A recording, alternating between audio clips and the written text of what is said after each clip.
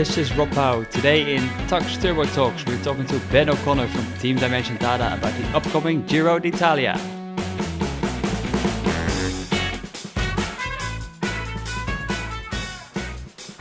It's Saturday the 11th of May. It's the race morning of the 102nd Giro d'Italia, and welcome to the first episode of the Tacx Turbo Talk podcast. And on the other side of the line, from Bologna in Italy, is Ben O'Connor from Team Dimension Data. Ben, welcome. G'day, thank you. Appreciate you taking the time for us to have a chat. Does it feel a bit like Christmas morning for you guys? Probably not really, because we don't start till, I don't start till 6:45, so you got a lot of time to Christmas Eve and get yourself kind of ready. But no, obviously it's exciting. I think it'll be more exciting once we get to the piazza where the bus is and the crowds are going to be there, and then you'll start to get nervous before you start. So I remember last year being pretty on edge in Jerusalem. Just there was a lot going on, so I think it'll be a bit more relaxing actually this year, because I think there's probably less going on, and you can kind of get yourself set up a little bit more easily because we have the bus and everything. And also because it's going to be your second Grand Tour, because you got that first one out of the way last year. I didn't finish it really, so I don't know if it counts, but I highly doubt that also makes a difference, because compared to the other guys like Gaspar, who've done it for 8 times or something, then that's the Giro itself. I I have very little experience compared to the others, but I think just going with the right mindset of just being confident and seeing what you can do is probably the best way to kind of reduce that. And happy to get started, and people finally stop asking questions about last year's Giro d'Italia, or I think it'd be nice. I don't really want to keep speaking about it all the time. It's kind of like lamentation pretty much for what could have been. But now I just got to do the same and finish it this time. Cool. Yes, for the people who have been listening, we won't talk about it that much, but no worries. Let me just mention it. Last year, you obviously crashed out on stage 19. It was looking basically almost like virtually riding top 10 on your first Grand Tour. Mm-hmm. And this year is is it sort of like redemption for you then? A little bit, I guess. Finishing off the job probably is the best or easiest way to kind of put it. So. And obviously, if you look at like your preparation, are you happy with how that went this year? Yeah, to be honest, the training has actually been a lot smoother. Last year I got pneumonia in February, and I had food poisoning after Catalonia, so there was a few little like speed bumps there in the training, and I didn't actually have that consistency. But saying that, last year also the racing went a lot better. I was really good in Catalonia, and in Alps I was able to win a stage and have a young rider jersey as well. So whilst this year I was caught up in a couple of falls, and that definitely impacted how I was going to be feeling when we got to the big climbs. So it's kind of it's ironic how the form and the fitness actually probably one way shows that you're in really good shape, but then in the other, the results form, it hasn't really shown that, Yeah, because if you look just at the results, you had that fever of, I think it was in Oman, the crash in Catalonia. Well, you already mentioned last year that win in Tour of the Alps. Where do you get that confirmation from in training? Is that the feeling, or is it the numbers that you're pushing, or? You obviously always have to look at numbers, because that's what we base our training kind of off. Obviously, how you feel on a climb when you have to push really hard, really properly, especially straight after an effort or after multiple. So you do some 4 20-minute efforts. If you don't feel completely fried, then usually it's a good indicator that you're kind of getting towards that quality kind of shape that you'd like. And I've heard you mention in a previous interview that usually everything leading up to the good results is when the girlfriend had been over in Europe to visit you. Has she been over in the lead up to this Giro? It's funny you picked that up, actually. That's kind of what we did. No, that's definitely true. I think, they always say happy home, I guess, is a happy mindset. It certainly helps when you're just in general work for not only a pro rider, but for pretty much anyone who's actually working. So yeah, she's been over here, and she's actually here for bits of the race, mainly just for the rest days. And then she'll be with a few friends, but that's on another another thing. So yeah, it's definitely helped. It helps you kind of reduce your stress, but also because you're with a best friend, so you can have a best friend to speak to, rather than, I mean, for me in particular, coming from Perth, and I know there's other Australians, but Australians live all over in Europe, and you can't just be friends with everyone, or you also don't get to pick who you're going to be friends with, because there's only a certain amount of people. No, they're not the same as your mates at home. So that's something, obviously, you have to get your mind set around, being a younger guy, and learn to cope with that. So when you actually have a true best friend kind of staying with you, of course you're going to enjoy that. And do you already notice, in terms of that stress level, that it's different than your first years as a pro, or maybe going into this, that you've already gained more experience? Man, my first year I was all over the shop. I was staying in Lucca, but I definitely didn't have any friends. I didn't even try, and that was one of the main culprits for, really. I mean, you're a neo-pro anyway, and living out of home for the first time, but then again, you're living in a small Italian town by yourself for the first time. So that was all huge. And then last year it got a little bit better, and we were able to kind of set yourselves up. But yeah, I think it's just taken away all the niggly kind of things, because we kind of tend to be quite a stressed kind of bunch, even for the guys that seem relaxed. You always have bits of kind of anxiety. So when you have the setup where you're comfortable at and can call home, then it should come on your performance a little bit more easily, because it's one less thing to worry about. Having lived in Italy, does it make have you a special connection with the Giro? Perhaps. I've always loved Italy. Like, I mean, it was one of my favorite places to go on holiday when I was younger, and I guess it has this color and this vibrancy which comes through in the race. So yeah, I guess there's kind of, success in a lot of ways. So looking at this year's Giro, you probably obviously studied the road book. You're going in with some really long stages. Is there a stage that you are most looking forward to already? Someone asked me that yesterday. I don't really know. I mean, you're being towards that latter week, and I guess a lot of the days I've done well tend to be longer, and then bring themselves with an opportunity towards the end. So whether it's the Corsa stage, or maybe not the Como one, because I think the break will probably win something like that. But in that last week, I think there's a lot of opportunities where you could run away with something if you're smart, or even the Cuneo Pinerolo stage. They're the kind of days, not stuff with like the Mortirolo or something like that, because I think the strongest rider will win that day.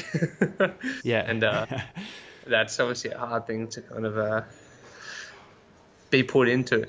So yeah, obviously the first week's really crazy long stages though, just to try and deal with the stress. That's going to be the most difficult thing, I think. And what do you want to take out of this Giro in terms of your own ambitions? Is that a top 10 in GC? Do you have your eyes maybe even on a young riders classification, or? I think because of the way last year went, obviously you're always going to have eyes for a top 10 finish again, because you were probably going to be able to do that last year in your first Grand Tour. But I mean, contenders change, the route kind of changes, and the I don't know whether the quality of the bunch is higher. So it's always, you just really want to minimize that number to the left of your name, pretty much.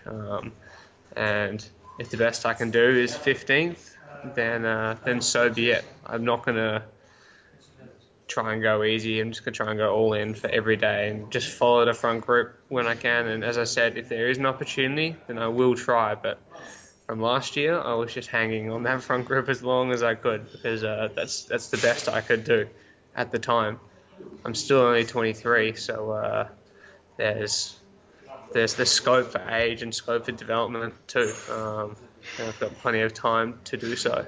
And yeah, Young Rise jersey is probably the closest bigger ambition where you can really take confidence from, I guess, a big reward. And yeah, you have guys like Lopez and even James Knox and stuff who are really going well. So yeah, I'll just try.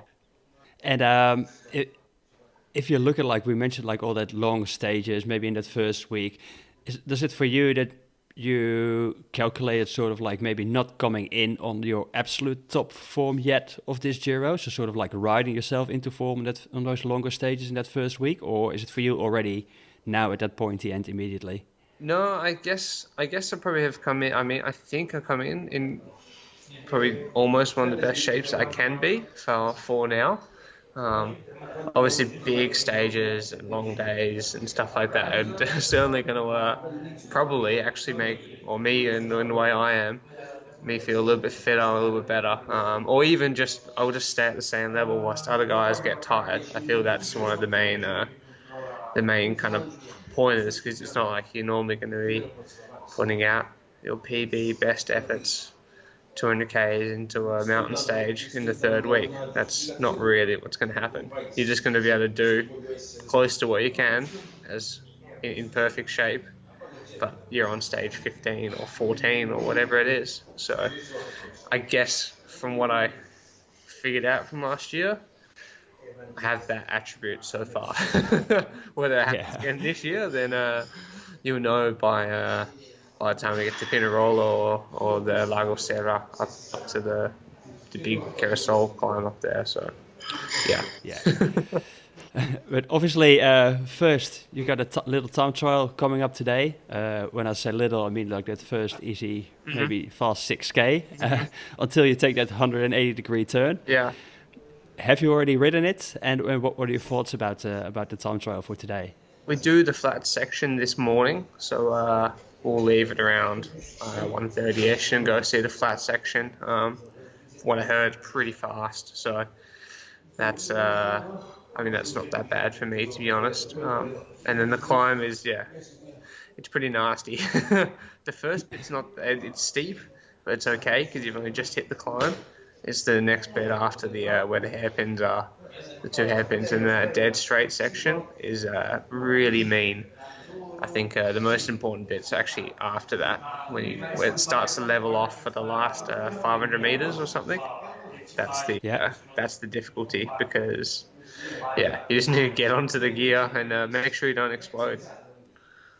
And obviously a lot of talk, maybe even yesterday, about maybe what the fans want to see as well, bike changes. Have you contemplated that, or what will you do? I mean, we've thought about it, but I don't think we'll change bikes. I think there's a lot of things that can go wrong, and I think a lot of people are already thinking that. It's already on day one, and you can do a quickish bike change, but it's not like you can see on videos where guys can hop off straight like a cyclocross thing. The bike has to come from the car. You got to wait and then hop on. And there's sometimes complications with that. Getting off the car can also be a pain. So, I think I'll just stay with the TT bike, to be honest. Yeah. Do you have like a specific routine for this? It's a short time trial. So what's your routine going to be? You're going to warm up on the trainer and then, I assume? Yeah. I think I will just do the recon at around 1:30ish, ride for around an hour to see it, come back, and then I guess you just have the normal lunch that you would have before or breakfast, you would say, before any time trial that you do at home. And then I usually have around 20-ish minute warm-up. People can say that you need longer for shorter TTs, but man, to be honest, it's not really something that I've kind of done. I just keep the same time trial warm up for every TT, really, and I feel you're ready by the time. If you do 20 minutes of decent run, you will be ready to do an all out effort, I think, anyway. So that's kind of the gist. And in that 20-minute effort, is it for you getting the heart rate up to a certain point, or just doing some certain, hitting those power numbers? Yeah, no, normally it's just a 5-minute kind of little super small kind of spin just to get yourself ready. and then you do more of a progressive kind of ramp up until around about your threshold. You then double back, kind of then to relax, and then do a couple sprints, and then away you go. All right. For the next 3 weeks, obviously you've got some experienced riders around you as well from the team. What can we expect from you guys as a team? Is it going to be sprints for Nizzolo? Yeah, for sure. Giacomo has shown in the Giro before and in many other races anyway that he's a world-class sprinter and can certainly be fighting for victories if we get him in the right spot. Gasparotto, rather, you should, that opportunistic punchy rider has won Amstel Gold before, so little stages or long stages rather to L'Aquila will certainly suit him because he has that punch to be able to win those small uphill finishes, no? And do you have like a dedicated helper for you as well towards the mountain stages, or? Yeah. I mean, is there a focus around you? We have as well Emmanuel Gebrezabur. I think that's as close as I can get to saying his name correctly. And I wasn't going to try. Yeah, no, he's a really, really good rider. He's a young guy, but he showed last year in La Vuelta, being in multiple of the mountain day breaks, that he sure can climb. So he'll be probably the guy that will be with me the longest when we get to that last week. You have Scott Davies as well. I've raced with him a few times, and he was really good in Turkey. Also, when they committed hands down for me. So there's certainly guys that will be there on the climbs. But I think the most important bit actually is just this first week and a half, getting through with all the guys and being a group to be kind of safe-ish. And then once we get to the mountains, just for those couple guys to be around me until it really, really lays down. Because once again, the onus and responsibility will certainly not be on me to do anything. So that's where the other teams have the huge depth where they have every rider for their GC man.